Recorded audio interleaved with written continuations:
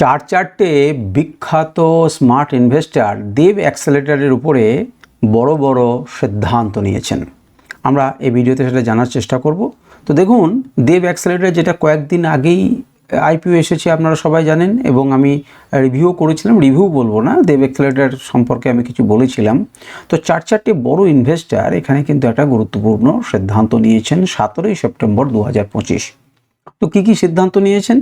কে ইনভেস্টারগুলোকে আগে দেখুন। AU small finance bank limited, নিশ্চয়ই বড় প্লেয়ার, আপনারা জানেন। তো তারা কি করেছে, 5,30,800 কোয়ান্টিটি, মোটামুটি আমরা 62 টাকা 89 পয়সায় কিন্তু সেল করে দিয়েছে।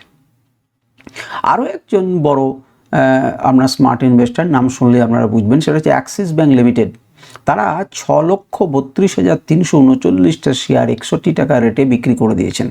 তাহলে দুজন বড় স্মার্ট ইনভেস্টর কিন্তু এই স্টককে সেল করে দিয়েছে।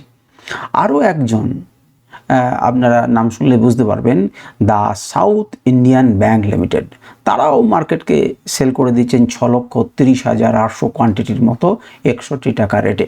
তাহলে তিনটে বড় স্মার্ট ইনভেস্টর তাদের পোর্টফোলিও থেকে সাময়িকভাবে বিদায় দিয়েছে। তাদের কাছে কত কোয়ান্টিটিতে আছে আমরা জানি না, কিন্তু মোটামুটিভাবে এই পরিমাণ কিন্তু সেল করে দিয়েছে। আর একজন মাত্র ইনভেস্টর রয়েছেন, অবশ্যই তিনিও স্মার্ট ইনভেস্টার, কিন্তু এত বড় বড় নাম নয়। সেটা হচ্ছে নিউ অ্যাপেক্স ভেঞ্চার LLP, যেটা ওই মুম্বাই অবস্থিত একটি সংস্থা। তারা 10 লাখের মতো কিনেছে 61 টাকাতে। এবারে আপনি সিদ্ধান্ত নিন যে আপনার কি করা উচিত। ম্যাক্সিমাম প্লেয়ার যদি আপনারা হিসেব করেন, তাহলে প্রায় 18 লাখ কোয়ান্টিটির মতো কিন্তু সেল হয়েছে, আর সেখানে বিক্রি হয়েছে টোটালে 10 লাখের কাছাকাছি।